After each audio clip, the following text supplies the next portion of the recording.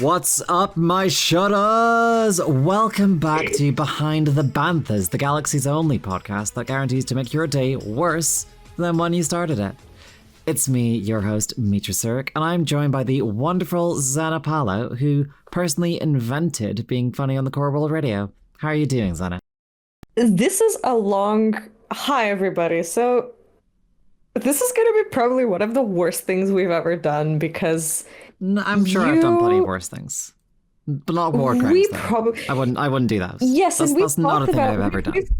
I really didn't know when you started the cold open if I should join in or should I just like let you do that. You should just let me do my thing. That's always what you should do. No with people atonal like me. screeches and so on. I'm very normal and I can be allowed around Mandalorians. So today we are going to be talking around the all-round bastard and galaxy's most divorced dad, Darth Vader, or to use his dead name, Anakin Skywalker. This is the bit where I'm just like, because I don't know if the viewers do know, but we've been going on about this for, well, quite some time. He's a very easy one to do, you know. He's a very, very easy guy to hate. He's a very predictable bastard, but like every single thing you learn somehow is going to be it makes it worse. Yeah, every part of the story does get worse than the previous. Yes, and I think this is going to be like one of the worst things we've done. And when you initially told me the working title was Anakin Skywalker, a war criminal and a freak. However, I think the producers definitely vetoed that, so I think we're just left with, most divorced dad, which... I mean, both of those things are accurate. And, of course, the great majority of his real bastardry was discovered by, I think it was yourself, Zenna.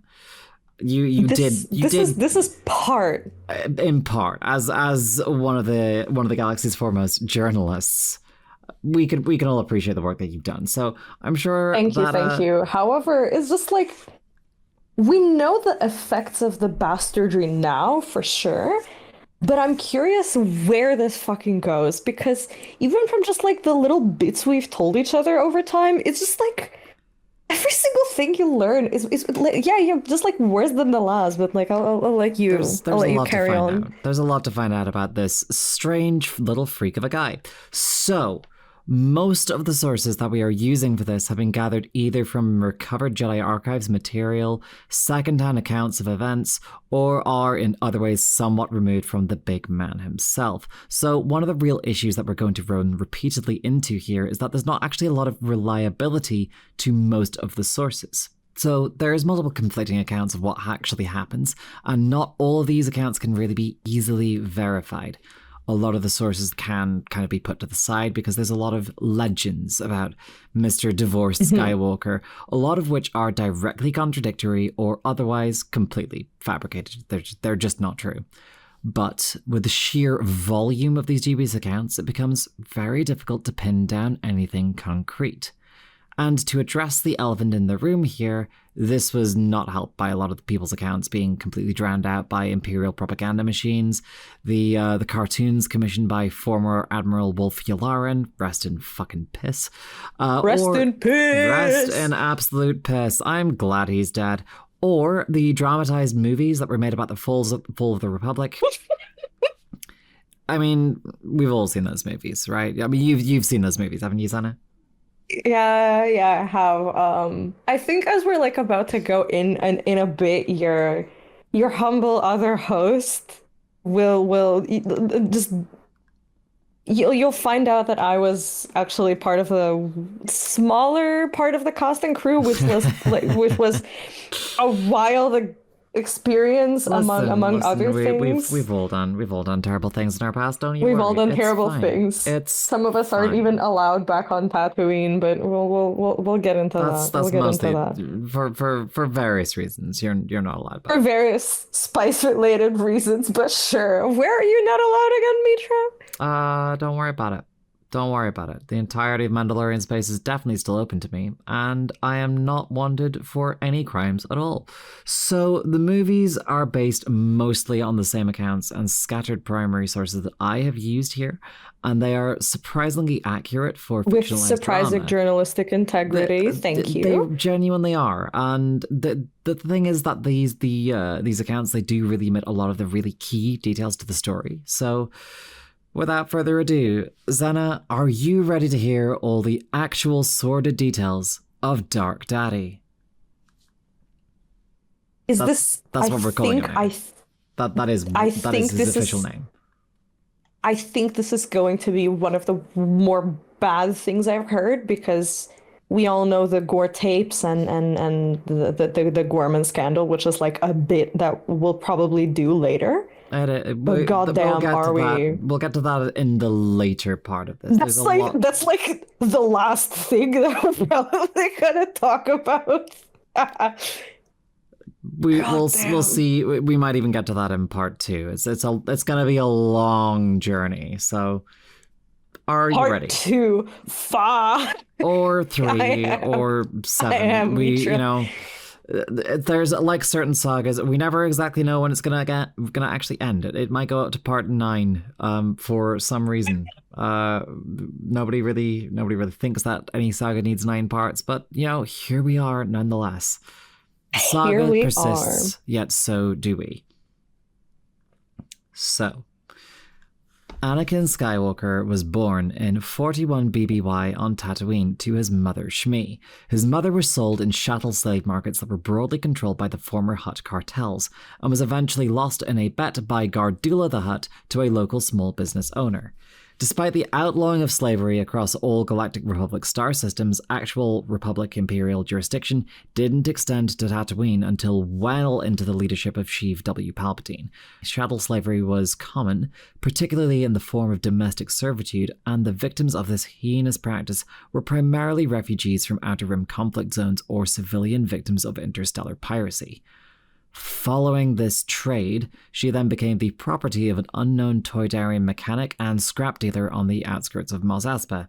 And now you may remember this scrap dealer in the dramatization was called Watto and played by, esteemed actor and friend of the pod, you. In a way that was definitely questionable. Probably insensitive to... Definitely insensitive to multiple ethnic groups. How do you feel about that, Zenna? How was that for you? Getting in the suit was probably the hardest thing I've had to do in a while. It was... We're all very impressed. Jiggly. We're all very impressed with your impressive jiggles. Well done. Well done from the bottom of my heart. And I think the weirdest things were, like, the weirdest thing I probably experienced was the amount of interest in touching the suit, which was bordering on concerning, but we're not gonna get into that because that's like a whole other thing. We all touch concerning things during our time. It's all right. It's all right. We can admit it. We are among friends and enemies. We are on the run. We are among enemies because war is a bitch. But I didn't really know a lot about the production process, and it was just like, oh, you're just like supposed to get in a suit and say this bunch of lines, and I get into the suit, and I felt, I wouldn't say more sexually wanted, but it definitely was. We could beep this out. It was. I'm very much happy to. It felt like I was on child hunting island where, Watto has definitely hunted children on island, and I was giving the stare of a man who knew how it was to hunt children. We're gonna have to edit most of this out. We're gonna have to edit that one out. We're sorry to the producer. It's fine. It's fine. So, Shmi became pregnant in 42 BBY, though we have no record as to who fathered Anakin, a fact that has since led to significant speculation as to his parentage.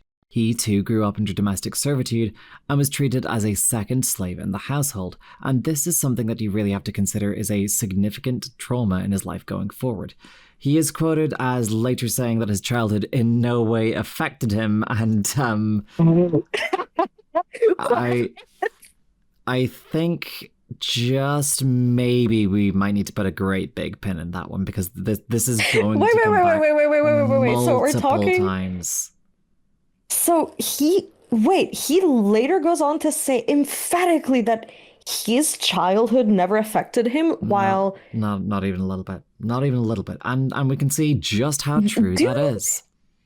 Do people know in general, when we're breaking down like planetary conflicts like this, and like how when we look at like liberal democracies that are most definitely not centralized and do not allow for more nuanced topics, blah blah blah blah blah, and now are overturned, because when you look at like the species, and like, do most people know like the dynamics, or should I go, or should you go, of like what slavery and oppression look like? Well, for different people. This is part of your expertise. I mean, as part of your general journalistic integrity, I know you've covered a lot of this before, so please enlighten so when myself we're just like viewers. thank you, but in general, when you're looking at like how conflicts play out and how like oppression is manifested, you, of course, it is not to be specious, but it is different to everyone's way of life. And there is, because of course we have war exacerbates conflicts and migrations. You usually get a lot of non-native populations settling in other places because of conflicts and displacement. And so, of course, like oppression is going to look different for everyone, but generally, and that's very much what we see in Shmi's past. Certainly, even if it's not necessarily in Anakin's past, like it's never actually documented anywhere where she initially came from, but it's very much, we can assume that she was very likely fled from somewhere, that she herself was a refugee. Mm-hmm.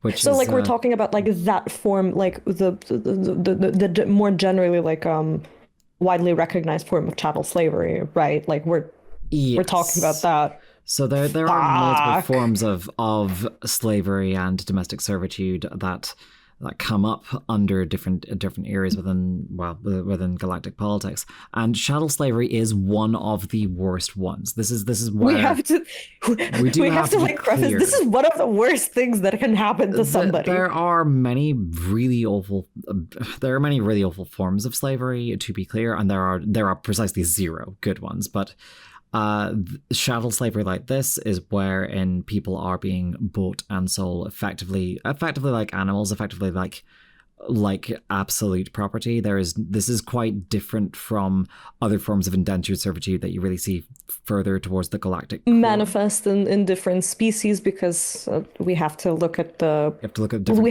have to look at the context. Yes, you have to look at the way of life and et cetera, and so on. But so mostly what you're seeing is that this particular form is that people are being presented as property. It's not. And so you're saying that great. He later says that his childhood never affected him. His childhood and clearly his family had no effect on what would later happen. Deeply ironic that his his childhood clearly did not affect him, despite the fact that his mother was very likely a refugee, then became a slave, and then he became a slave in turn. This is, the irony here is the amount of other people he would subject to the exact same trauma is startlingly high. Fuck. And this is just the start of the story. Oh, yeah, we're still very early. So before we continue on, though, the parentage question is one that is going to come up, and it's also one that I'm honestly uncertain how much of an influence it will actually have on his adult life. We know he later becomes an abusive romantic partner, a child murderer, a war criminal, and eventually fascist strongman, and people have sometimes attributed to the fact that he calls himself Dark Daddy to his desire for a protective father figure that he never really had, and in my opinion, this is probably a little bit too Freudian. If we are looking for a child, too on the nose, if we may say so. No, like that. This just isn't really like how this shit works. So, if you're looking for childhood trauma to explain away later adult crimes, one, that just isn't how it works. Most of the real fascist strongmen of the empire came from perfectly stable middle class families. I mean, we're talking the Tarkins, the Krennics. There's 1,000 fucking dudes that came from what are otherwise pretty all-right backgrounds and pretty all-right families that feel hard done by for honestly no discernibly good reason whatsoever. We know how most fascists work. We know the type. We know the type. They're the type of people who like get in when they're like in their early 20s. They feel like the galaxy owes them something more than what they're given, or just like they fucking get into the stupidest reasons because like I don't know, the uniform's cool, right? I mean, or hey, these dudes who are like significantly older and like have a bit of prestige, right? Just like are talking to me at a bar. Let me listen to their politics just a bit more. Oh, they dress like this. Let me dress like this more, which is like one of the stupidest things you can get into this like very violent ideology, but it happens, you know? It happens surprisingly frequently. People like to fucking LARP.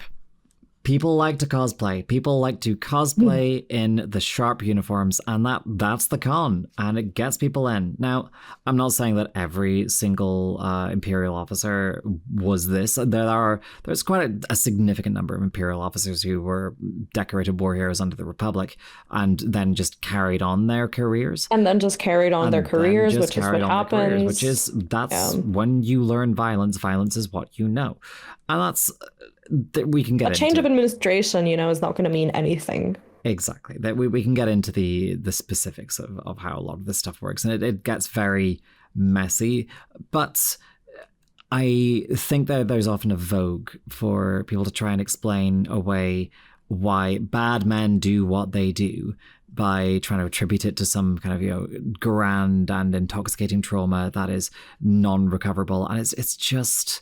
Not. And so you think it's not how people really work. Actual villainy is most of the time far more boring and mundane and common. And this kind of does apply to Anakin as well here. He is a very notable figure and a very unusual one for a lot of galactic politics, but his childhood here is not that. No, but you don't understand his childhood didn't affect many other people's. No, but his childhood didn't affect him, right? Not even a little bit. No, not even a little bit. Not even a little bit. Even like, so, what do you think is the other significant reason as to like? I mean, the growing up under slavery part is going to be the trauma to really. It's not the daddy issues. It's the growing up under slavery part. That is a very significant trauma that really shouldn't be discounted, and it often is purely because of how common that story kind of is. There are so many people that have grown up under some form of oppression or servitude, and we kind of ignore it. No, but like that's too common, right? The Empire must have its grand narrative, right? Yeah, and it doesn't really. It's a type of trauma that doesn't really add up well to the grand narrative stuff, so it often gets discarded because most of the people that suffer from that particular trauma remain oppressed their whole lives, and thus we don't care about their stories. It's not particularly very fair, in my opinion, and I don't like the way that the galaxy frames that.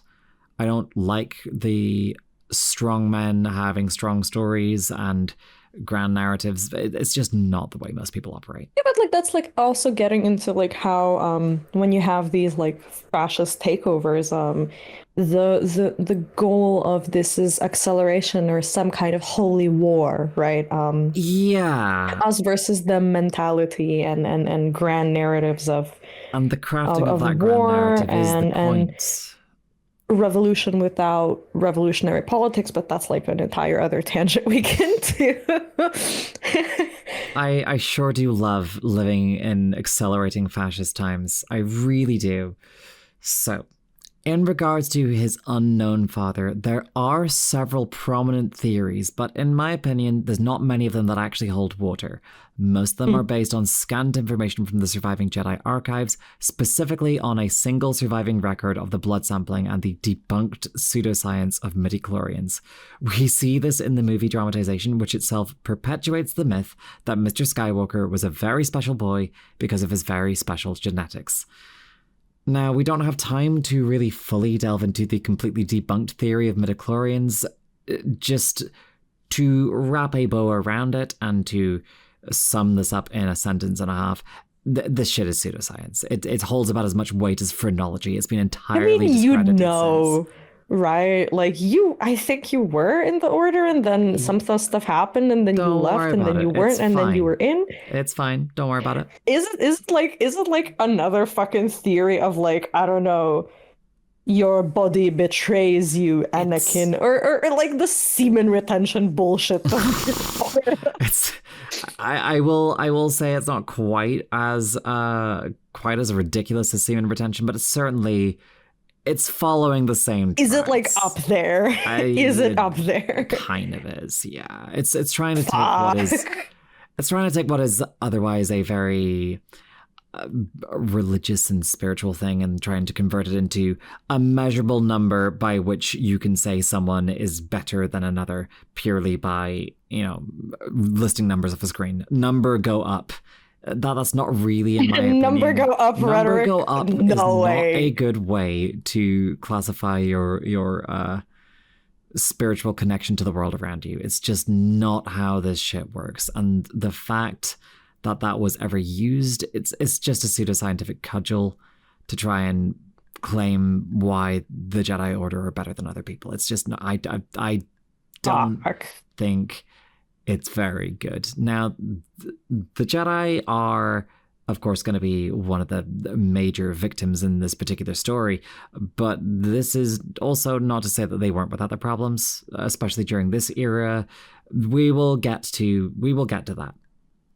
We'll get to that. We'll get that pin. That's like another pin. Well. There's at least 2 big pins in the board so pins. far. Fuck. We were going to get so many more pins in this cork board. We're going to Pepe Sylvia the fuck out of this. So, one of the more out there and wild theories is that Anakin was somehow himself genetically engineered by Sheev W. Palpatine. And you're joking. Don't get me wrong. Like, Sheev EP is a bastard who would probably do stupid shit like this. Like, I don't think trying that shit is beyond him. He is a weird little fucking freak. But I still can't help feel that this doesn't really make a lot of sense. Like, why would a Nabooian nobleman fly all the way out to Tatooine to artificially inseminate a random woman? And, just why? What? How did he do it, and why would he do something like that? But was he a believer in midichlorians or not? He's a believer in semen retention. That's what he believes in. Clearly. Does he have like, I don't know, rotating eyes or something? Anakin, I am your father. We'll go into that. Anakin, you must retain your semen. Or some fucking bullshit that he says, like, I don't know. Do people just like have trouble understanding him as much as I do? Because like, goddamn. We'll go into him more later, but suffice to say, this is, again, it's not a theory that I buy. It's just another pin that like we have to return back to. We will return back to that. I think that this is a bullshit theory, and the only reason I mention it now is just a lazy Force save me. What? So, the parentage question is pretty much left unanswered, and the records have either been lost or intentionally destroyed, likely by Anakin himself during the Imperial myth-making process. This makes sense. It does, doesn't it? Because this is kind of how the myth-making begins, is you get rid of the things that are inconvenient to the actual narrative that you want to make, and then you make a really simple, really grandiose narrative. And that's kind of how you build this dream, this myth. So during the years following the Clone Wars, the Empire had this very weird obsession with trying to portray themselves as the saviors and the chosen ones, and that they are going to make the galaxy great again. So it actually kind of suits the narrative this way, that Anakin has no real parents and comes from immaculate conception. Wait, is this another theory of like how he came? I mean, yeah, like is this like theory? Wait, theory number one, he has a father, some fucking dude. Well, two, pseudoscience that like that Sheev Palpatine somehow did it. 3 is immaculate conception. And is theory 3 tied into theory 2? Theory 2 and 3 seem to go hand in hand amongst the more crackpot theorists. Okay, let's get into it. The tinfoil hats are strong in this one. So tinfoil hats are on. You see the Chosen One storyline. You see this kind of immaculate conception posturing played out in the fictionalized dramatizations as well. It's fascinating to see how much they buy into it, despite the fact that there's clearly much more obvious explanations as to what's going on here, and buying into that myth, in my opinion, it doesn't help. We'll talk more about my theories on this one in a little bit, but again, just continue to put a pin in it. As a child, let's go on. Showed a very quick aptitude for learning, specifically for engineering and mechanics, which made him a very valuable asset to those who regard him as personal property. He later ended up assisting with, and then later competing in, the unregulated pod racing circuits on Tatooine, and this earned his owners some modest extra income. And again, I'm just going to briefly note, Zenna, you've done some engineering in your time as well, right? You've worn many hats in your life. Sure.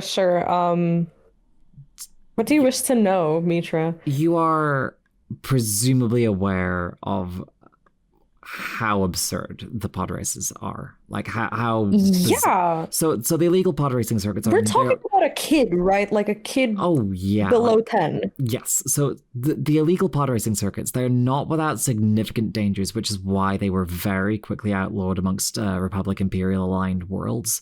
The actual construction of a pod racer. Now, please correct me if I'm wrong on this, but this is as much as I've been able to really dig into. It's a chariot of 2 barely contained jet engines and kind of nothing else. That's it. It's just 2 jets strapped by some cable to a cockpit, right? Yep. How safe do you reckon one of those is? And you're not a lot. No. You usually make a pod racer or just a pod-like machine if, I don't know, like your ship is down and you need to get to point A and B immediately, as soon as possible. Like they're and not. You're telling me this child, child, he is still definitely later says his childhood had no effect on him. He's still below the age of 10, yes.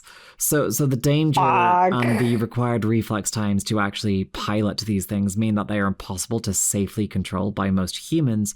Anakin is notably one of the few to ever succeed at this. So we will give him some childhood prodigy points for this. Not as many as the dramatizations imply, but he does get some for this. Still, it's still not easy for him, and he still doesn't get out unscathed. A biography by E.K. Johnson details the events following his first pod racing crash, in which he was very seriously injured. Quote, "He was on a stretcher. It dwarfed his small form, and they quickly transferred him to a cot. He didn't appear to be bleeding too badly, but Shmi couldn't tell if he'd injured anything internally. 'It's okay, Mom,' he said when he saw her. He was still full of adrenaline, beyond pain, and riding the high of the race. He loved it so much, and he had so few things to love. This was the real reason she could never deny him," which is great so far. But the best part about this particular quote is that he is... Oh, it's not over? Oh, no. He is noted to have said, "Don't worry, Mom. They're just going to put me out while the Bacta knits my femurs." Femurs plural, to be clear. He has broken both of his legs in this crash.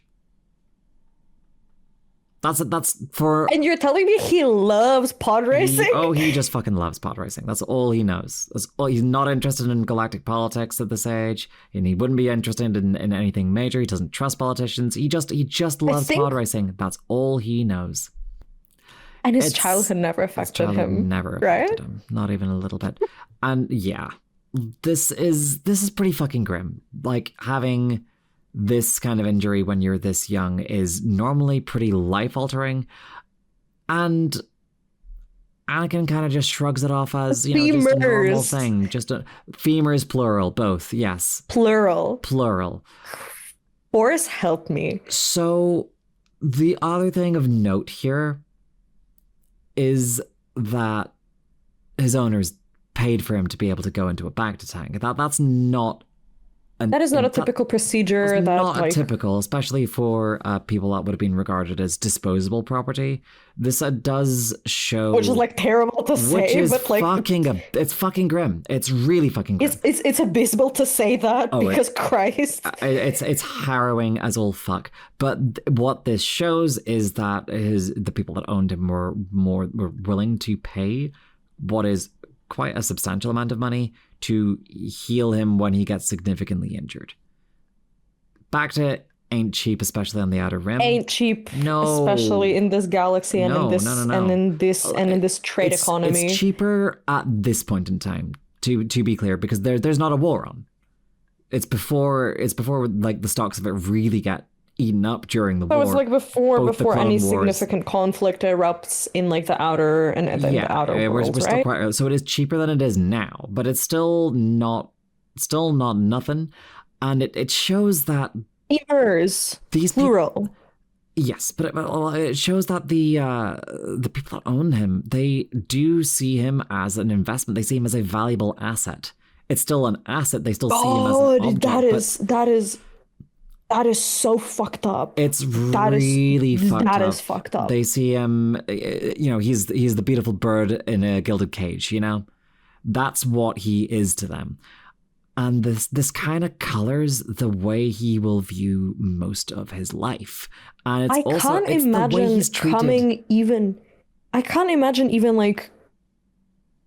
we've all had our significant share of things that have affected us, but it's just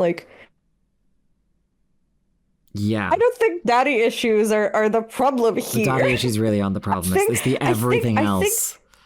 I think just living in an oppressive system and then just watching the people around you, especially parents or any form of guardian, just utterly collapse in face of war or poverty or just other oppressive scenarios.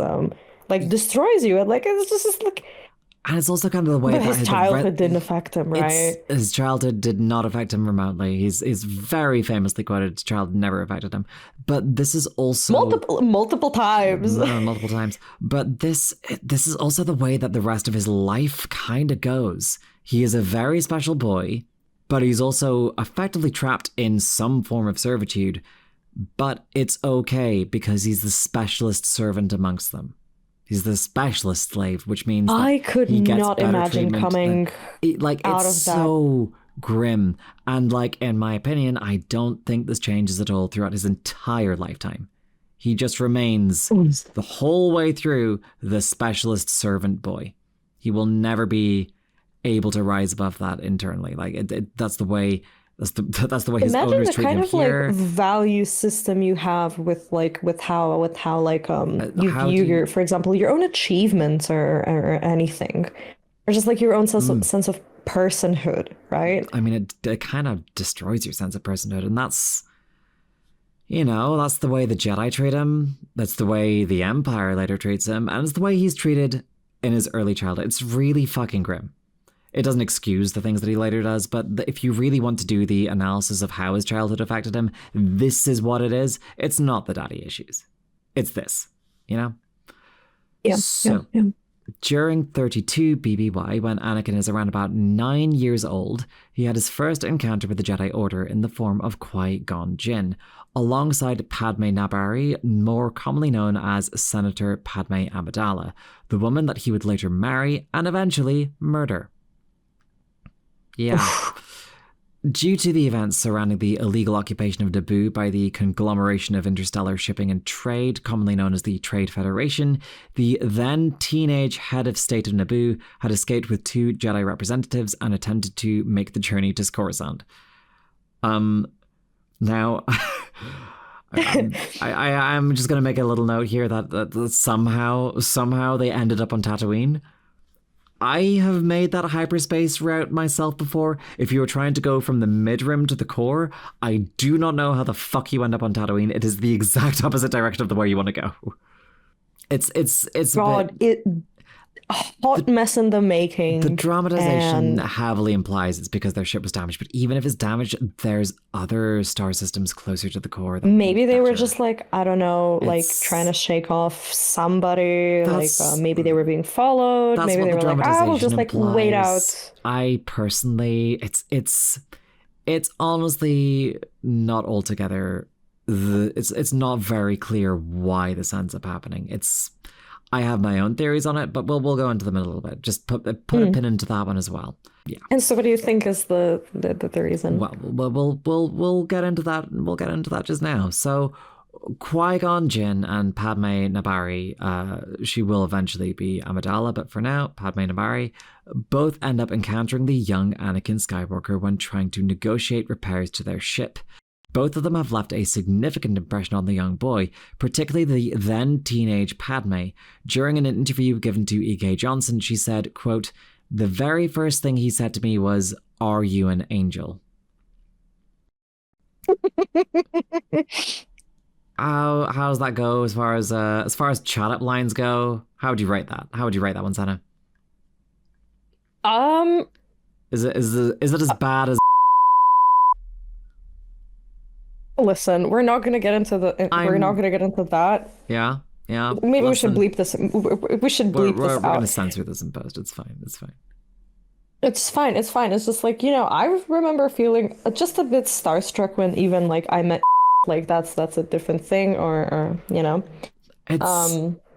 I mean, I do kind of feel for him. And we're talking about a senator. Yeah, she's not a senator yet. At this point, she is. But just like at this point, she's a queen, which you think would be higher than senator, but realistically, in terms of the amount of influence that has, the Queen of Naboo has less influence than the galactic. But we're still talking about a very like. We're still talking about a noble woman, yes. So this is a destitute child, and that has grown up in slavery. And mostly only known. Of course, that's gonna like leave a mark. Yeah, like he has just met a knight in shining armor and a noble woman for the first time in his life. So you're gonna say dumb shit like, "Are you an angel?" Like, of course you're fucking gonna say dumb shit. So we'll bleep that out. I mean, we'll censor that out in post. It's fine. No one needs to know. Sorry to the editors. No one needs to know who we have asked that we've also been on Child Hunting Island, where we have hunted the most children. This bit is really gonna get us cancelled. Like I thought we were gonna get in trouble before, but this one bit. This one is gonna get us in actual trouble. Everyone posting on like X the Everything blogspot, X the Everything databank. Listen, X the Everything website. Masameda didn't kill himself. Sure. X-wing doesn't wing Durasteel type of beat. No, fucking X-wing can't melt Durasteel. So there are specific impressions that this leaves in him that are quite important, because neither of these people, neither Padme or Qui-Gon, are really normal for their respective walks of life. Qui-Gon Jinn was known as a maverick amongst members of the Jedi Order, eschewing the Jedi Code in multiple instances to pursue his own iteration of morality. Quote, Jinn became a Jedi Master who developed an independent attitude towards the Jedi Order. Many saw him as a maverick Jedi who would disobey the Jedi Code if he felt it was the right decision. Another key part of Qui-Gon Jinn's past is that of veering from the Jedi Code in matters of love. To quote an interview with the fellow former Jedi Rael Averross, quote, "Falling in love, that's what the Jedi Code forbids. Getting laid, not so much. Not if it's casual. That didn't compromise my emotions, didn't divide my loyalties, or anything like that. I might have broken the letter of the law, but not the spirit. Qui-Gon Jinn broke the spirit of that law into a dozen pieces." And this is the guy that this is the Jedi that Anakin first meets and idolizes as a savior figure.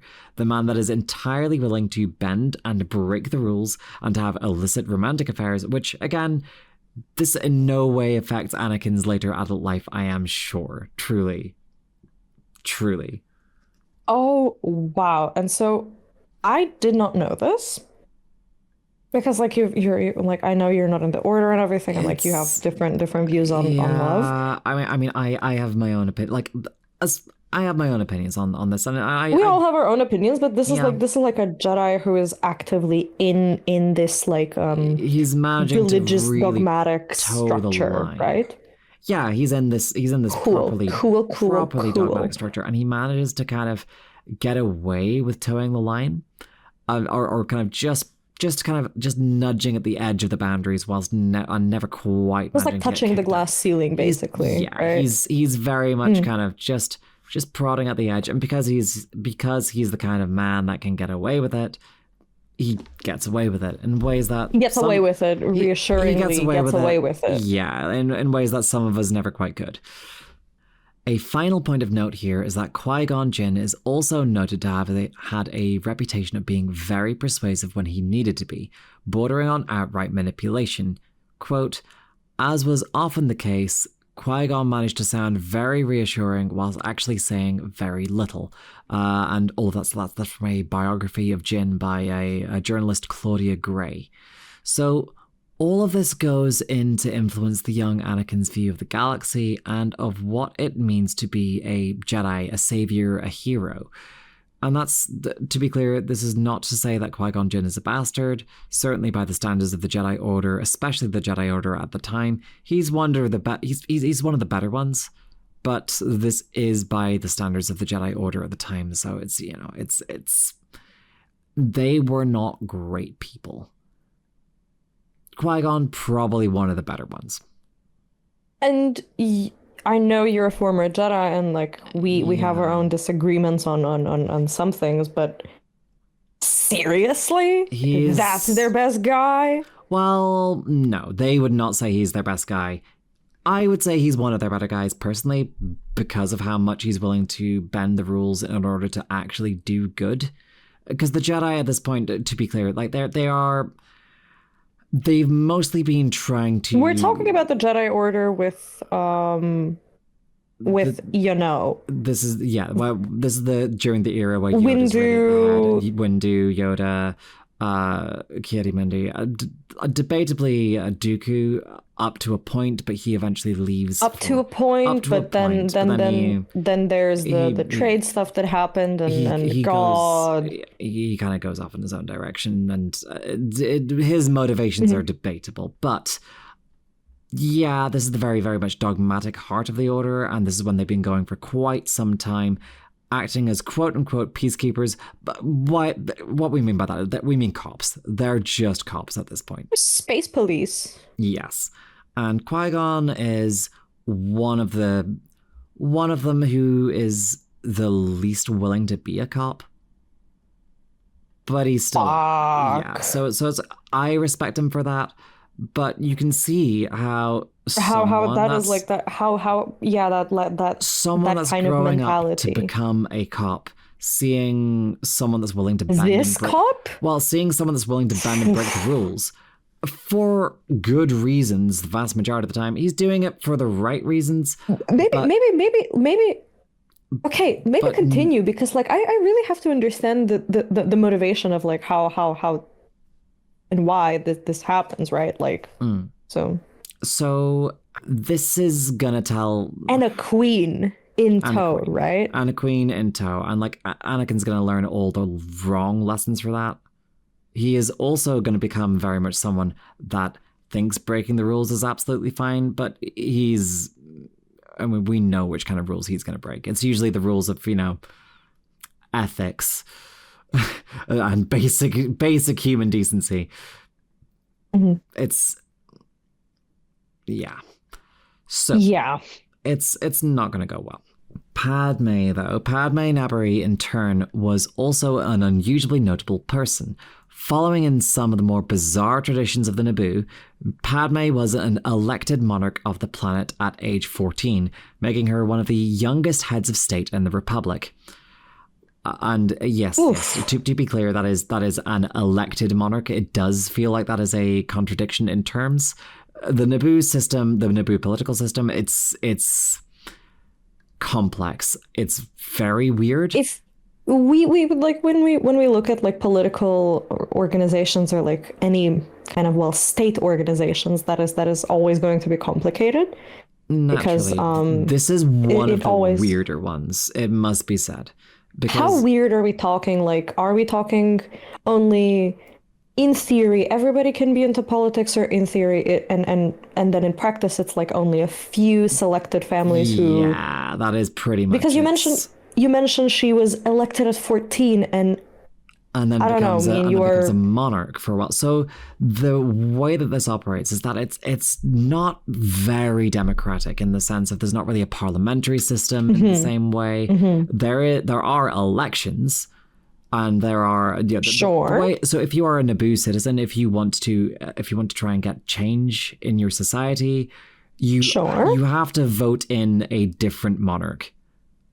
And you can only do that at election times, which, maybe actually that isn't so different from the regular political systems everywhere else. Maybe they're just a little bit more honest about it. Yeah, but how does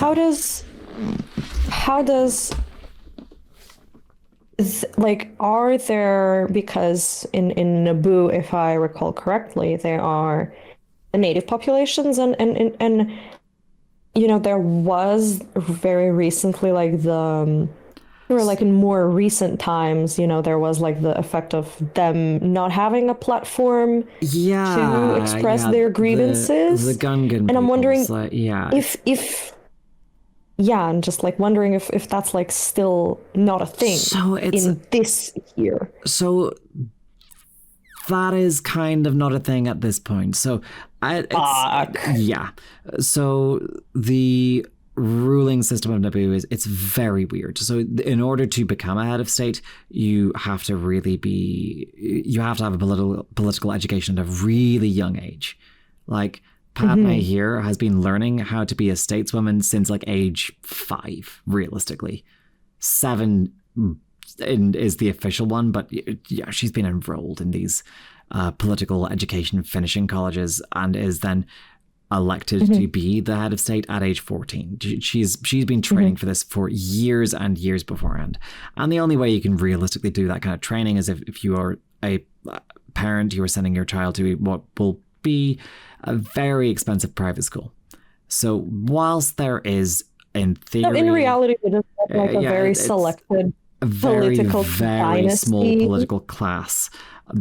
So there aren't dynasty, Well, there aren't dynasties in the sense of it's not one family. It's not like an actual monarchy in which a political family will then pass the title of ruler down to their children. Like there are changes. But there is like a concentration of power that is unavailable to a lot of other people who are affected by the choices that the monarch makes. Elected monarch makes, yes. So for the most part, the vast majority of people of Naboo have very little ability to directly affect change politically. And this only, and to be clear, that's the humans that we're talking about. This leads into other crises, which we'll talk about later, which totally didn't affect everybody and make the world, the galaxy shittier, but we'll get into that. Yeah. So this is also... This glosses over a few things, but like the Gungan people are the native population of Naboo. The natives. Yes, they are the native population there, and the Naboo people that we see with our elected monarchs, they are colonizers. They are a colonizer culture that has maintained and owned pretty much all of the political sway on Naboo, especially on the galactic scale. Like there's very little in the way of Gungan representation until very late on. Uh-huh. Yeah.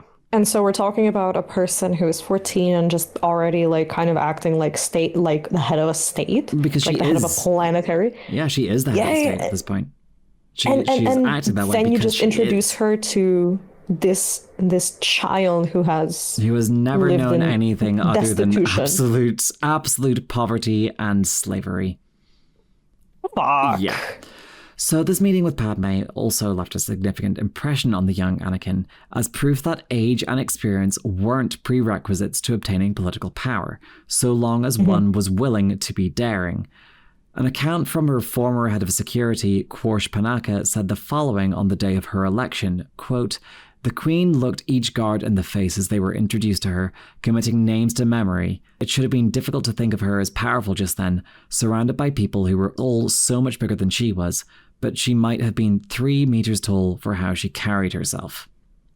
This woman, at this point, she is a child. This child knows how to be a head of state. She knows how to wield political power.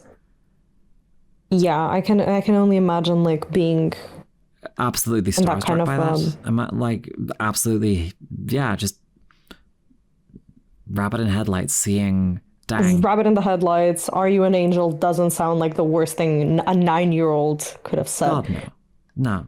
God no. Not remotely. So these are the two off-worlder people that Anakin ends up having any significant interaction with, and both of them are really quite notable figures in this era of galactic history. Interested in the fate of Anakin, Qui-Gon Jinn attempted to also barter for him and for his mother, and ultimately won Anakin's freedom via gambling on his victory in the local pod races and won the repairs of the starship in the process. While such unorthodox arrangements were not unusual for Qui-Gon, his specific fixation with freeing Anakin is notable, particularly given Anakin's evident latent Force sensitivity. He was unable to secure the release of Shmi Skywalker, however, whom Anakin was forced to bid farewell to when his new adoptive family left the planet. So, he is rescued from slavery by two of the galaxy's most now well-known figures, has to win his own freedom in an incredibly dangerous and frequently fatal racetrack, and is torn away from his only family member, and this all occurs within the space of 3 days. This had no bearing on his adult life at all. Didn't affect him. His childhood did not affect him. Ooh. Ooh. Yeah, it's a lot, and it happens really rapidly. The movie version of this, it does show a little bit of this, but it very much glosses over the sheer trauma that this is gonna leave. Like, even though this is arguably and debatably a good thing, like, this is gonna leave damage. Yeah, because it's like we've all kind of seen the final product of the propagandized movies, and I'm sure you've probably seen me in them, but as Watto, but This is the stupidest bit we fucking did. with the fuck ass suit. Thank you for your service. But that's beside the point. Thank you, truly. Thank truly. you. The galaxy owes you. Truly. The galaxy owes me a favor for getting in that fucking suit, but never mind. We'll talk about that some other time. I want to touch the suit. We're gonna. You really want to touch the suit, don't you? We all want to touch the suit. Should I feel orientalized? Yes. Okay, yes, cool, you cool, absolutely should. So Sure. I highlight the intense fixation that Qui-Gon has with rescuing Anakin as a distinct thing here. It's distinct from his other endeavors because I think that it really shows how notable his bias is towards Anakin, and it continues still further. Upon his arrival at Coruscant, Qui-Gon takes Anakin to the Jedi Temple and insists that he is trained as a Jedi. This is during an era where the Jedi Order is really entrenched in their dogma and by most accounts would abjectly refuse to train someone over the age of a very young child. But Qui-Gon is, as noted, a very persuasive speaker, and the council eventually was persuaded to take him on, though his training would not begin for some time. This is so this is old part of like a very, very traumatic time in So we're Anakin's talking history. like this is like in the span of 3 and 4 days, right? Yeah, and this is there's a lot of opinions people have about the Jedi, and again, there's more nuance to this than is often shown. They are often portrayed as people that stole children away from their parents, and some of that is overdone. Honestly, some of that is very much later anti-Jedi propaganda. Some of it is a bit accurate, but one of the things that does come through here is that Anakin is quite old by most standards here. Most Jedi training happens younger. It usually happens toddlers are separated from their parents and brought to the temple for training.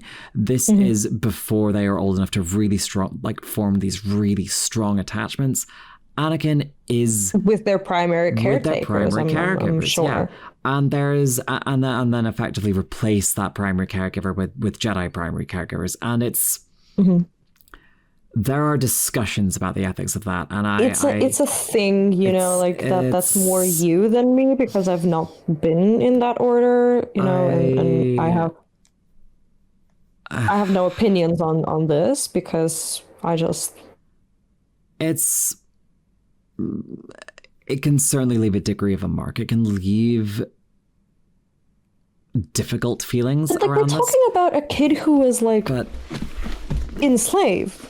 Yeah, and he's only had this one primary caregiver up until he's 9 years old. And so by the time you were 9 years old, you're more than old enough to really have formed these quite strong and quite robust attachments to your primary caregivers. And you're still reliant on them as well.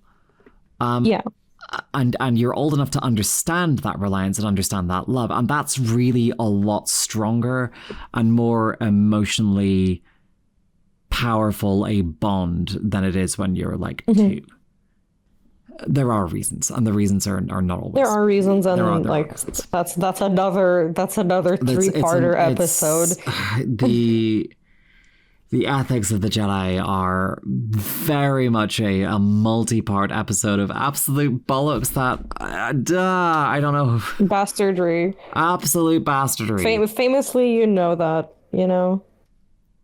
Famously, I never did anything wrong. Who among us hasn't? Famously, they are absolutely fine with me. There are no problems whatsoever. Famously haven't told them to fuck off and stabbed a lightsaber in the center stone, but never mind. That never happened. Never happened. Nope. Everything is fine. So, I really think this is also just a time that I kind of want to return to the parentage question here. So to turn back to it, there are a few bits and pieces here that I think actually begin to add up in a quite unexpected way. So we know that Qui-Gon was willing to bend and break the rules, that he certainly had romantic and illicit, otherwise sexualized affairs before, and that he'd certainly been to Tatooine before in his lifetime. Like, there's a quote from biographer Terry Brooks, who did an interview with Padme, which said, quote, "Qui-Gon explained the political situation of the Hutts to me. He had been on Tatooine before, though it had been some years ago." Do you see where I'm going with this? I see. Do you see the fucking vision? Do you see the vision? So this is when coupled with Anakin's force sensitivity, which we know can sometimes run in families, and the fact that Qui-Gon is so fixated with finding and then freeing Anakin completely out of the fucking blue, and having him trained as a Jedi. To me, look, this is circumstantial evidence, but I'm just saying it's real fucking interesting circumstantial evidence, right? Ain't no way Qui-Gon wasn't stupid. It's really makes far more sense than artificial insemination with Sheevy W Palpatine. It makes so much more sense. My God, where is this also heading? I feel like you're not done. So, even if we ignore all of the above evidence, Qui-Gon Jinn still appeared in Anakin's life as a sort of father figure that he otherwise previously lacked. However, this newfound mentorship situation would quickly be cut short as Qui-Gon returned to the Siege of Naboo and perished during the conflict. My God. So like this kid he's been a slave his entire life. The only person he can rely on is rescued by the two most famous people in the galaxy. So, yeah, is returned to another dogmatic order. So yeah, then his only father figure. So he's probably taken away from his mother figure, father, and his father figure, who's probably his actual father, just fucking dies. Probably his actual father, and he know that? No, he does not. Oh my he's just god! But I mean, like it's. Yeah. Oh wow! This kid did not have a hope in fucking hell. He had a snowball's chance in hell of getting through this unscathed. But his childhood didn't affect him at all. I think this is like when you look at these like, you know, initial divergent points of just like, I don't know, fucking immaculate conception or whatever. This just makes so much sense.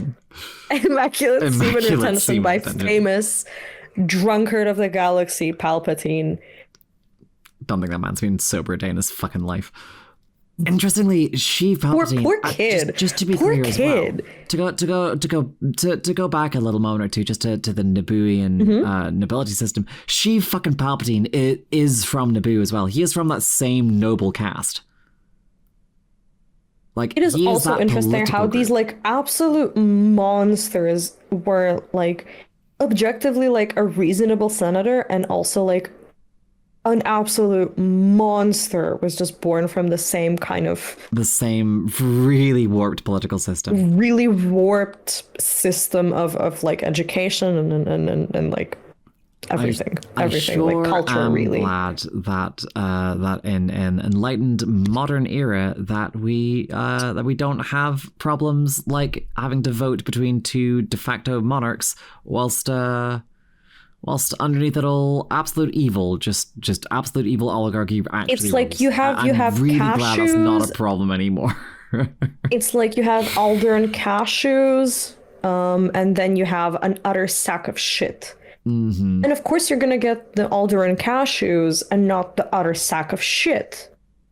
So it's debatable in how much like these electoral stuff like really do end up changing, because like they can just be elected again. It's the electoral system, and we have opinions on this famously, me and you. Mm-hmm. I mean, considering the state of galactic electoral politics right now, there's probably bigger things to criticize than famously the not local being allowed politics on of fucking Tatooine. Naboo. Famously not being allowed back on Tatooine because of spice-related reasons. Having said that, like the we're gonna get to that one day, maybe. The local politics of Naboo do still have galactic influence, and it is bizarre to realize that, but they really do. Anyway, to return back to Anakin here. There are some conflicting stories about whether Anakin himself was also involved in the Naboo conflict. Multiple eyewitness accounts state that he personally got behind the cockpit of a Royal Security Force starfighter, with some even going so far as to say he single-handedly destroyed the entire remote droid control cluster orbiting the planet. However, this seems like a remarkably unlikely feat for a 9-year-old boy whose feet are unable to actually touch the pedals of the starfighter. But no, you have to understand that like everything has to be done by this one perfect, strong, immaculate, strong man with perfect phrenology this boy and that loves genetics. pod racing. But he loves pod racing. He is a skilled pilot later in his life, and he is. Yes, we are not denying that, but we're talking about a 9-year-old. We are, yes. I mean, like, and he has piloted a pod racer, but the difference between a pod racer and a starfighter is it's quite a lot. It's quite a lot. It's like, you know, you just because you can win a NASCAR race doesn't mean that you can actually pilot a jump jet. Like, they are not the same thing. Still, the only confirmed presence, the only confirmed like actual account of his presence, really, that doesn't just rely on rumors and conjecture, is of several old photographs of the victory celebrations featuring 9-year-old Anakin alongside Padme, several other local leaders, and none other than Sheev W. Palpatine himself. God damn it. This fucker gets everywhere. He's worse than chlamydia. Every time you open the old Senate archives pictures, he's just fucking there. You open up the stuff in the gore front, he's just there. Like, you open up Death Star 1, he's there. Death Star 2, he's there. The fucking Separative Crisis, he's just fucking there. Does he have hypnotic eyes or something, or does he just like hypnotize you? Because like I have like great flirt game. Even can you even imagine him flirting? I think, or just like trying to use every Naboo body in his like Nabooian charm and his Nabooian body. Hello, Senator. I'm certain that's like, how he manages to get everywhere. Like he's just got the sex appeal, truly. Is this a thing that like we're gonna have to talk? Like, is Palpatine's sex appeal a topic that we're gonna have to get in? Maybe if we do the episodes covering Palpatine, we'll talk about young Palpatine's sex appeal because he is noted. This is entirely our fault. We deserve this. He is discussed quite frequently as having bizarre sex appeal. Oh God, we deserve every single bad during his younger years. During his younger years, people fucking wanted this. Is such an indictment of like. Oh, but like of humanity in general. He's a war criminal, but he knows how to talk to women. Is the bar in utter the bar garbage? The bar is in the basement. The bar is not that high. The bar is below the ground. Yeah, it's just like whenever even like I was covering the Gorman tapes and the Gorman conflict, it's just like every single fucking picture you open, every single fucking wiretap, which by the way is going to be fucking hilarious explaining that. He's just there. Every single bad decision that has been signed in the name of like ruining something, he's just there. And so you really wonder like where political power is concentrated, but like that's a later topic. So, regardless, Anakin ended up once more in a position of isolation, his one companion being Qui-Gon's former apprentice, the ever-famous Obi-Wan Kenobi. Kenobi accepted Anakin as an apprentice in Qui-Gon's stead, and Anakin reportedly clung to him with extreme paranoia. During an interview with reporter Mackenzie Lee, Obi-Wan once stated, quote, "It had been him and Shmi against the galaxy for so long, and then she was taken from him. Then he had Qui-Gon and me, the only familiar stars in the constellation of his new life. And then just me. The first year he was my Padawan, I would sometimes wake in the night and find him asleep on the floor next to my bed, afraid he would wake up and find me gone too." But his childhood, of course, never affected him.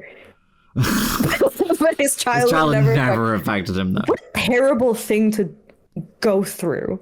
Yeah. And then emphatically say, oh, but that never affected, like to go back and just like, yeah, we keep doing this bit of like, yeah, his childhood never affected him, but like every single thing that you tell me, it's not that like, oh, it's not daddy issues. It's like it's everything else issues. It's the issues of absolutely everything. I mean, like, to be fair, he probably does have a degree of daddy issues, but like, I don't think that's the only problem we have going on here. It's the everything else. I think other things might just like leave a bigger impact on you. Mm-hmm. Like and I slavery. think it's productive to your like chattel slavery, like chattel and having slavery. to win your own freedom in a pod race. It's Yeah, just gonna put it out there that those might have had probably a little bit more of an impact realistically.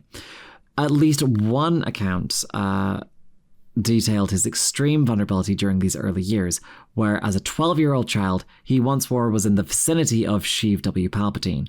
Reporter Charles Sewell notes that Palpatine, quote, expressed concern for the situation on the subsurface levels of Coruscant, the inability of the Jedi to respond efficiently, and the corruption that plagued the Senate. Now, all of these were very, very valid concerns, and all of these were markedly worsened under Palpatine's leadership. This is just absolute manipulation.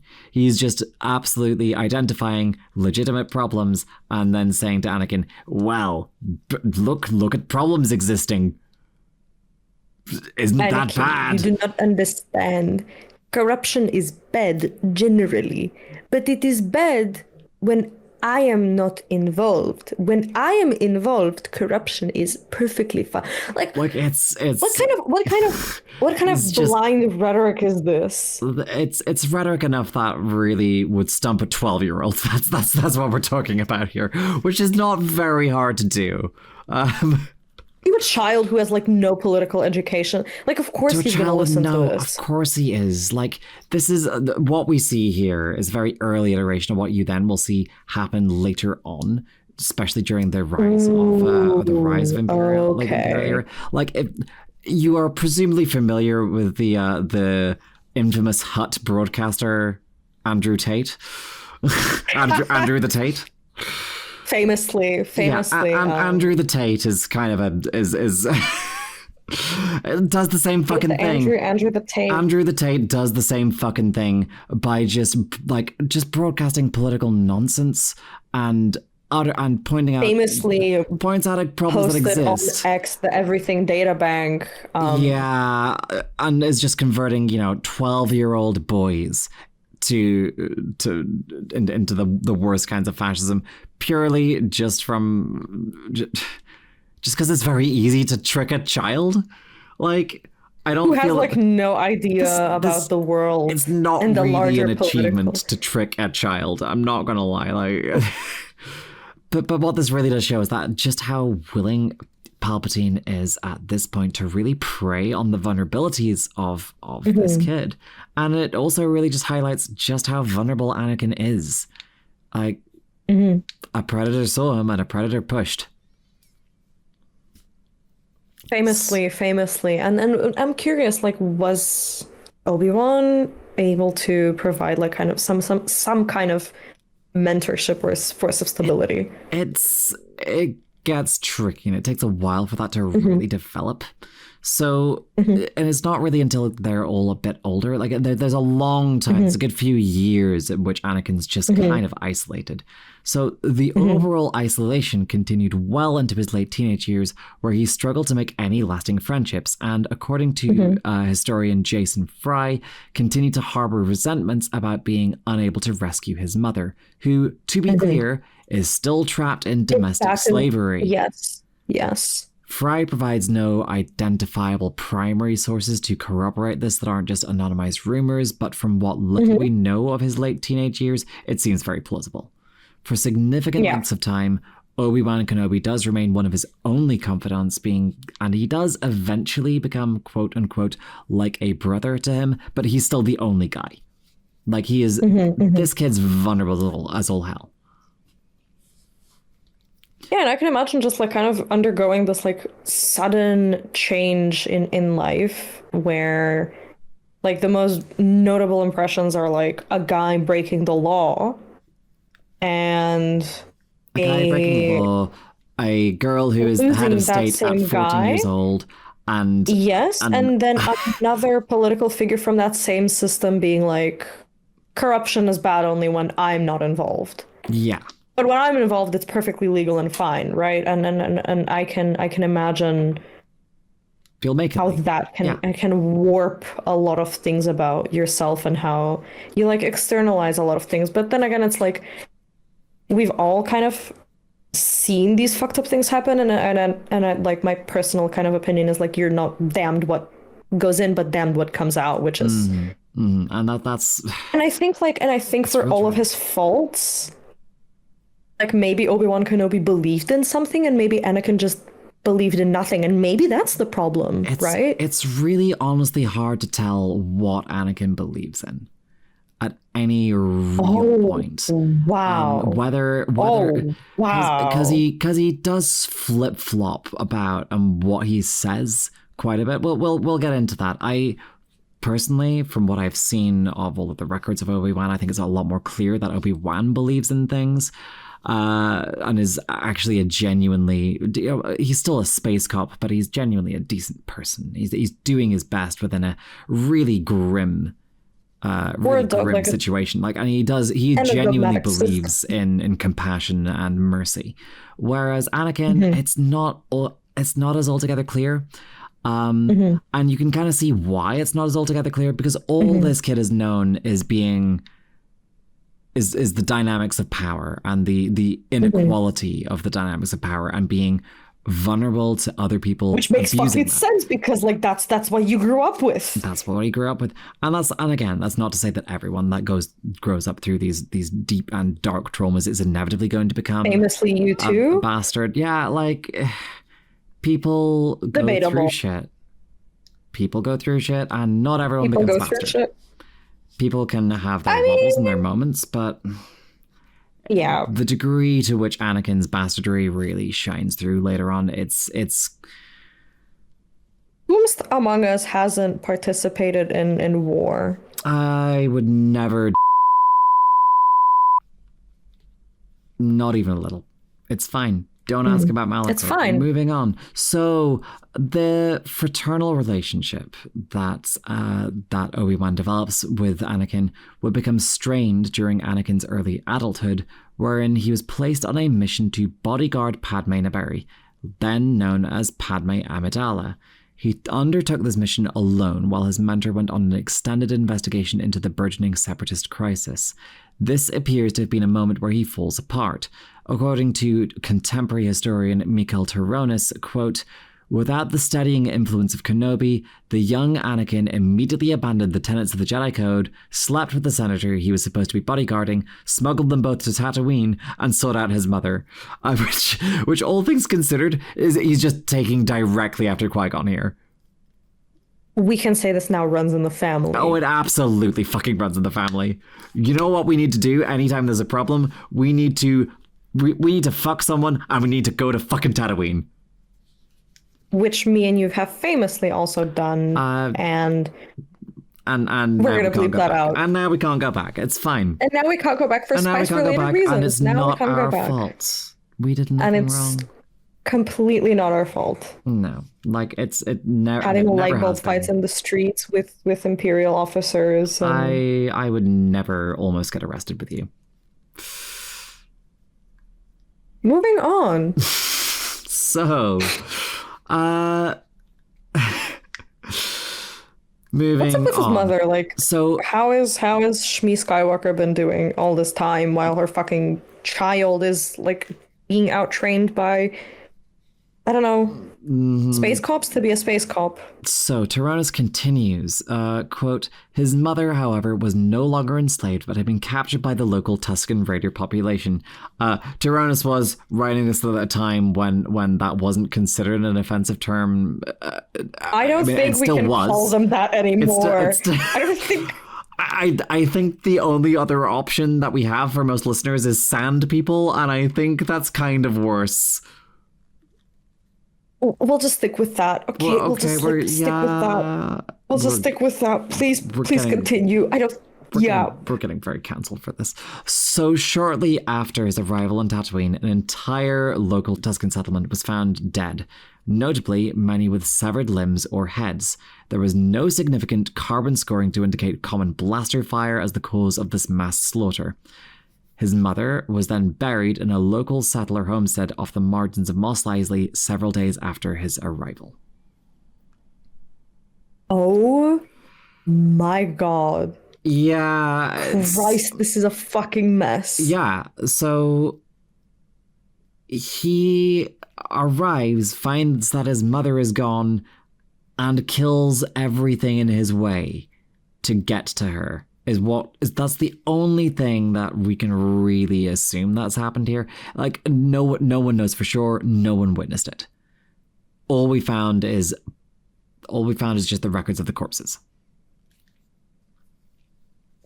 It's not the first time.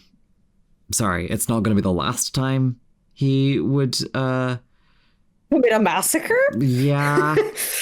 Personally, it's not the last time he would do that. It's probably the first time.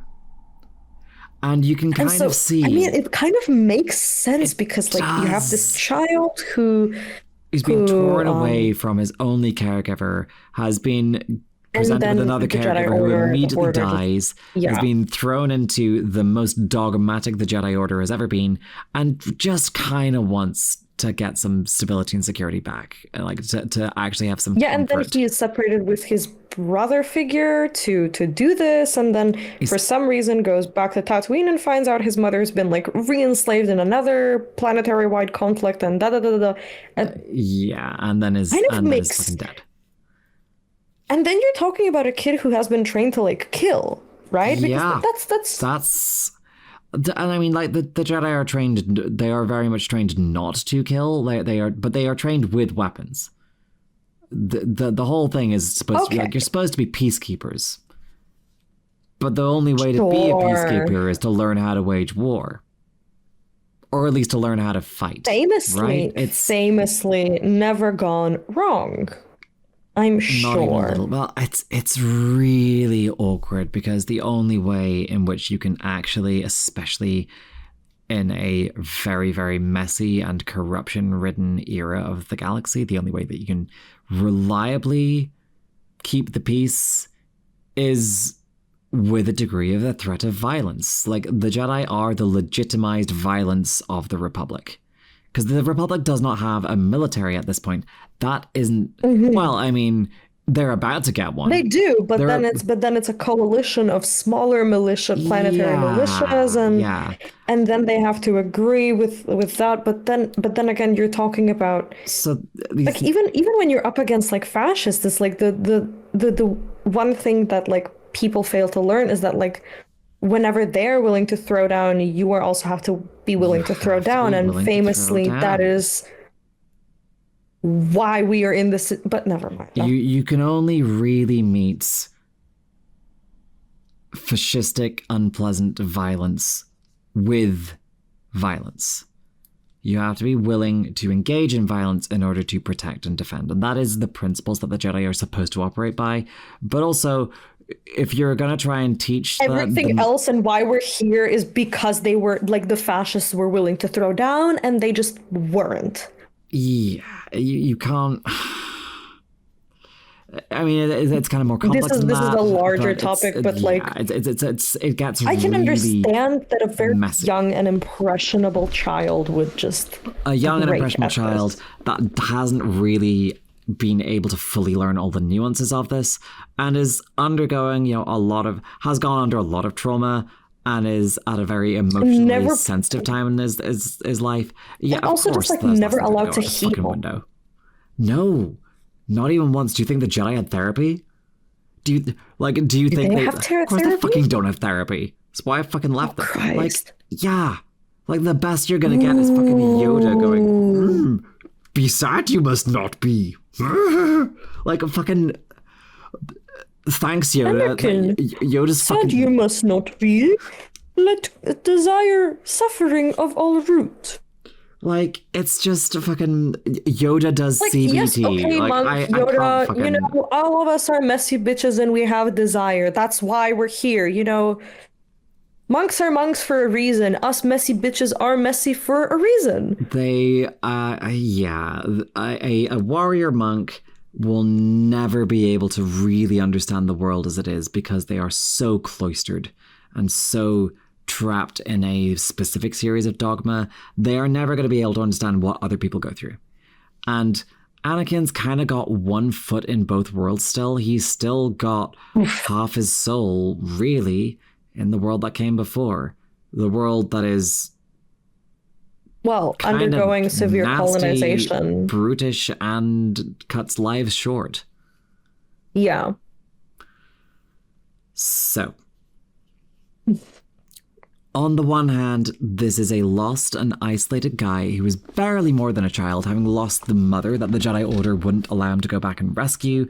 And, it's understandable, right, that you'd be emotionally broken and enraged by that.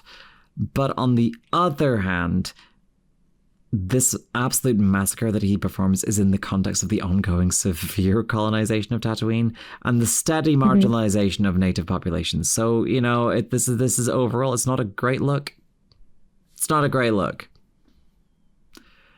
And this famously is a problem that is going to get solved, right? Yeah, this absolutely is a problem that we definitely have fixed over the last 3,000 years, we have definitely not perpetuated colonialization policies that have steadily marginalized the native populations of Tatooine, or anywhere else in the galaxy for that matter. Anywhere else in the galaxy, famously. Cool. Very famously. Speaking of war crimes, which... I didn't really think you were going to do that bit, but sure. Here we go. Actually, how long have we been going here? Can I let me just double check. Do we need an ad break? I think we need an ad break. Okay. Speaking of war crimes, you know who else would slaughter native populations with reckless abandon? Perpetuate genocide. The products and services that support this podcast. Famously. Are you tired of dry, flaky skin? When other skincare products just won't do, you need Dr. Evason's Cosmetic Calcite, now containing our newest CaCO3 molecules for extra skin rejuvenation. Clinically proven to be more effective than laser treatment. Try it today. Deep substrate exfoliating calcite.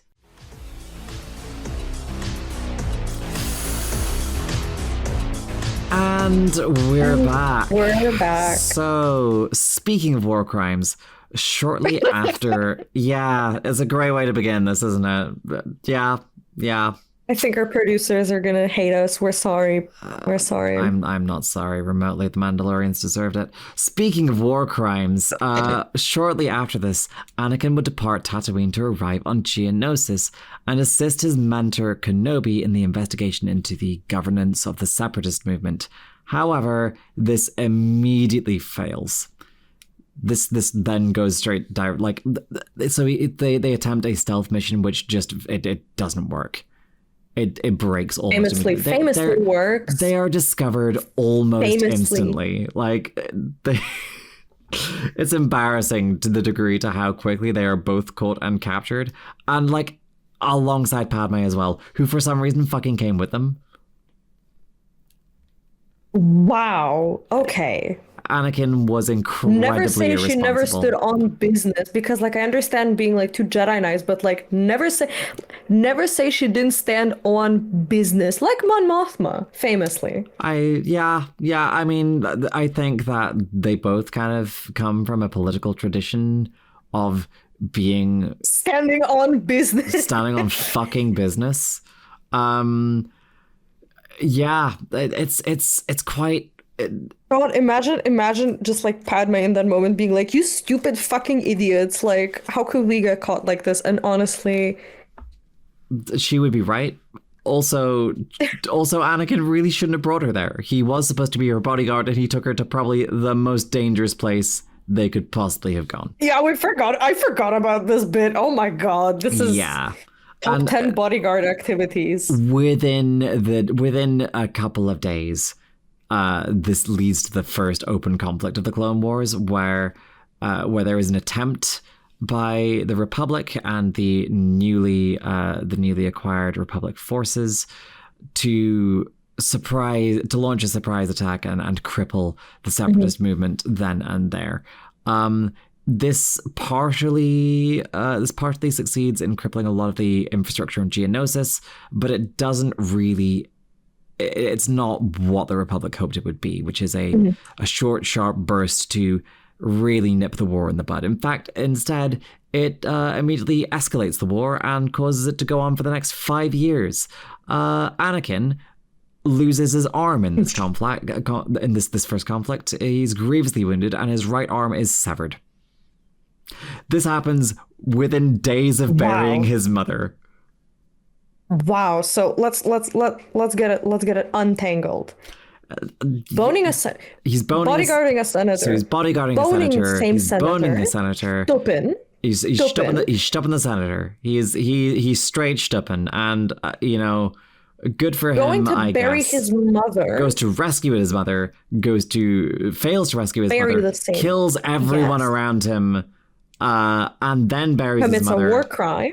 commits a war crime, massacre, attempts to rescue his brother figure, fails to do so, gets captured, starts a war, and loses his right arm. This man is barely more than shot. He's 19. He is 19 at this point, maybe 20 at most. He is also then given command of being a general of the Grand Republic Army. How can... You can see where this is about to go terribly fucking wrong. Like... Wow.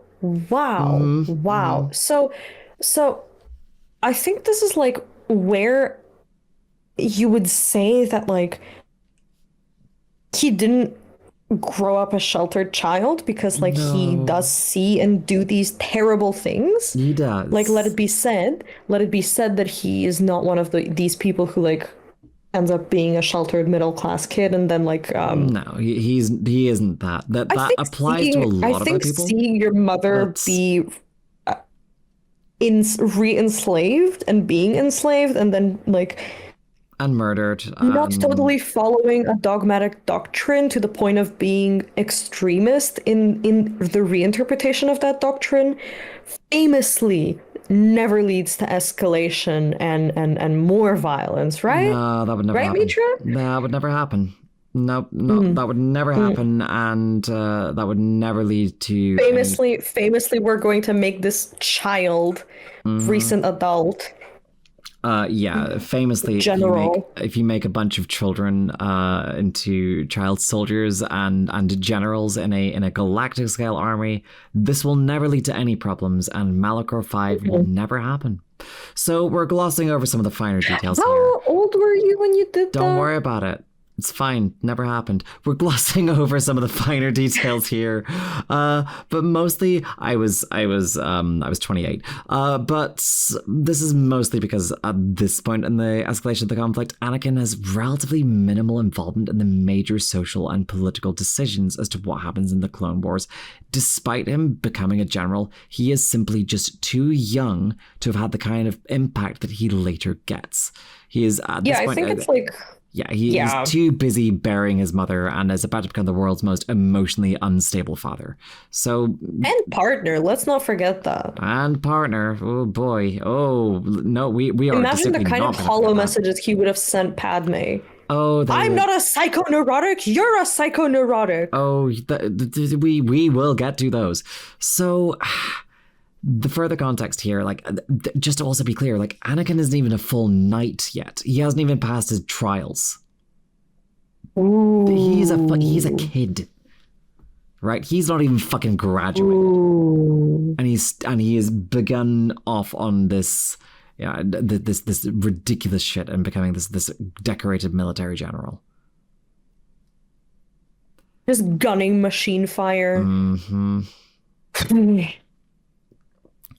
So, to be clear, his ascent into knighthood does occur very, very quickly after this, but there's a lot of debate around that. He is quite young still for really full knighthood. Like usually you'd expect knighthood to be happening kind of in your early 20s, like maybe 23, 24. That's kind of, that's if you're really pushing it to become early. He's 19 and he gets it. This is probably because a lot of Jedi died during the assault in Geonosis. People did not realize how much of a bloodbath that was going to be. A lot of Jedi vanish out, and there's suddenly a lot of need for powerful, young and educated soldiers. Yes. So his ascent to knighthood debatably may have a political element to it as well. Like he is being swept up in the tides of history here. So within months of the assault on Geonosis, the Jedi Military Integration Act had been passed, prompting the more formal merging of the Jedi into the Grand Republic Army of Clone Troopers. The existence of the Clone Troopers is, of course, a hotly contested topic. The actual specifics as to the how and why of their Creation has been, again, lost. We suspect a lot of the Imperial records were purged. It's, I imagine, is going to be a interesting series of journalistic endeavors for you to get into later on. We'll figure that one out later. The gore tapes are still relevant, you know.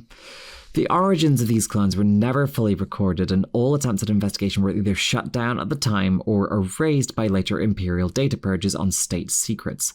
Recovered evidence from Jedi archives folders suggests that their creation may have been commissioned a decade prior by Jedi Master Sifo Dyas.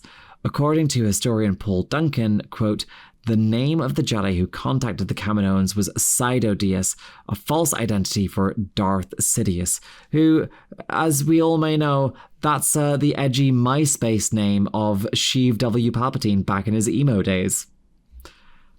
However, quote, Sifo Dyas was misspelled as Sifo Dyas by the Kaminoans, and no one ever bothered to correct them. Wow, so I genuinely did not know this because he just thought he could put a fucking hyphen. Wow, yeah. So he's been involved in that even? Yeah, he's involved in fucking everything. But he also did think that he could hide his entire identity in it by just, you know, putting a hyphen in his screen name and changing one letter. And then just like, he decided nobody will care if I change one letter. Anakin, they will never notice if I just change a single letter. Anakin, it's fine, Anakin. It is fine, famously. I've got my vampire OC, Anakin. I'm calling him Alucard. It's really clever. Like, it's the stupidest fucking shit. Anakin, you must understand. Us, the Sith, must be cleverer and more semen retained. It's the way to the Enlightenment, Anakin. It's the way to things that some would consider unnatural. you have to retain your semen, Anakin. This is what gives you power. Okay, so during the next early conflicts, we're gonna believe that. we need to censor most of this in post, and that's where we will wrap up for now our first episode discussing our galaxy's favorite bastard, Anakin Dark Daddy Skywalker. How are you feeling, Zenna? Horrified by almost everything I have learned so far.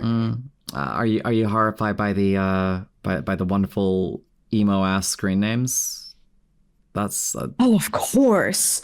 You should see what they were calling each other on the Gorman tapes. This is not even surprising, honestly, with how like it's just so fucking stupid. It's just so fucking. I did not expect it to be this fucking stupid. Like I did expect. I'm not gonna lie. I did expect fascism when it came a knocking to be. I mean, it's still scary, to be clear, but I expected it to be scarier and less, frankly, fucking preposterous. Like that's the thing that really kills me. Like the current era that we're living through, I thought it would take itself more seriously. It's just dumb. It's just dumb. And with that, we're gonna end this first episode. You got anything you want to plug? Is that a? Well, I am on Blogspot to X the Everything Databank. Also, don't look up my criminal record of why I'm not allowed back to Tatooine because of spice. We're fine. We're fine. We're fine. Everything's fine. We are fine. Don't worry about it. It's fine. Don't look my name up. You can find my. Where can we find this podcast? You can find this podcast Meetra? Probably on the Soul Metal YouTube channel, or Patreon. All the links will be in the descriptions somewhere. Fucking have fun. Don't die. Wee. Behind the Banthas is a production of Corellian Zone Media. For more from Corellian Zone Media, visit our HoloNet archive at patreon.com/Silmatil or check us out on YouTube.